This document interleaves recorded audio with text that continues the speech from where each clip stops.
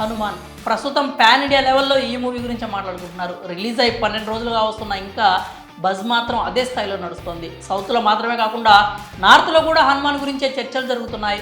అయితే ఇప్పుడు హనుమాన్ గురించి మాత్రమే కాకుండా జై హనుమాన్ గురించి కూడా పెద్ద ఎత్తున చర్చలు, ఊహాగానాలు మొదలయ్యాయి. సినిమా రావడానికి ఇంకో ఏడాదికి పైగా సమయం ఉన్నా కూడా జై హనుమాన్ కథ ఎలా ఉండబోతోందో అని ఇప్పటి నుంచే మాట్లాడేసుకుంటున్నారు. హనుమాన్ సినిమాలో కేవలం 2 చిరంజీవుల గురించి మాత్రమే చూపించారు. కానీ జై హనుమాన్లో మాత్రం మిగిలిన చిరంజీవులు కూడా వచ్చే అవకాశం లేకపోలేదు. పురాణాలు, ఇతిహాసాలను బట్టి చూస్తే మొత్తం 7 చిరంజీవులు ఉన్నారు. అయితే హనుమాన్ సినిమాకి సంబంధించి స్క్రీన్ మీద కేవలం 2 చిరంజీవులను మాత్రమే చూపించారు. హనుమాన్ మూవీలో మీకు విభీషణుడు, హనుమంతుడిని చూపించారు. ఆ ఇద్దరిని స్క్రీన్ మీద చూసినందుకే ప్రేక్షకులు పూనకాలతో ఊగిపోతున్నారు. కానీ జై హనుమాన్ మాత్రం అంతకు మించి ఉంటుందని ఇప్పటికే ప్రశాంత్ వర్మ చెప్పుకొచ్చాడు.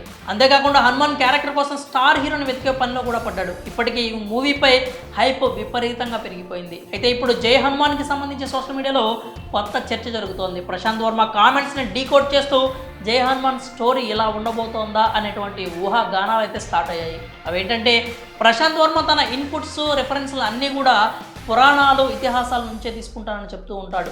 అయితే పురాణాల్లో 7 చిరంజీవులు ఉన్నారు. కానీ హనుమాన్ సినిమాలో మాత్రం కేవలం 2 మాత్రమే చూపించాడు. నిజానికి ప్రశాంత్ వర్మ సూపర్ హీరో యూనివర్స్లో మొత్తం 12 మంది సూపర్ హీరోలు ఉన్నారు.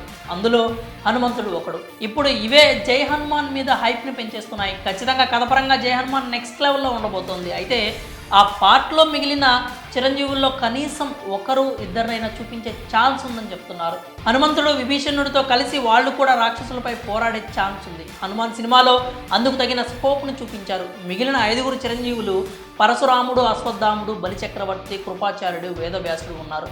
హనుమాన్ సినిమాలో విభీషణుడితో ఒక డైలాగ్ చెప్పించారు. అసురులు నిద్రలేచారు, విజృంభించబోతున్నారు, వాళ్ళని ఆపాలంటే స్వామి హనుమ నువ్వు రాక తప్పదు అంటూ చెప్తాడు. జై హనుమాన్లో ఖచ్చితంగా హనుమ పరాక్రమాన్ని కళ్ళకు కట్టినట్టు చూపించబోతున్నారు. అయితే ఆయనకు మద్దతుగా మిగిలిన చిరంజీవుల్లో ఎవరినైనా తీసుకొస్తారా అనేదే ప్రశ్న. 2 ఉంటేనే హనుమాన్ సినిమాకి ఈ స్థాయిలో రెస్పాన్స్ వచ్చింది. అయితే ఇంకా ఎవరైనా సూపర్ హీరోలు యాడ్ అయితే ఊహించుకుంటేనే గూస్ బంప్స్ వస్తున్నాయి. ప్రశాంత్ వర్మ ప్లానింగ్ ఏంటో తెలియాలంటే ఇంకో ఏడాది పాటు వెయిట్ చేయాల్సిందే. మరి జై హనుమాన్ సినిమాలో ఇంకా ఎవరైనా సూపర్ హీరోలు ఉంటే బాగుంటుందా? మీ అభిప్రాయాలని కామెంట్స్ రూపంలో తెలియజేయండి.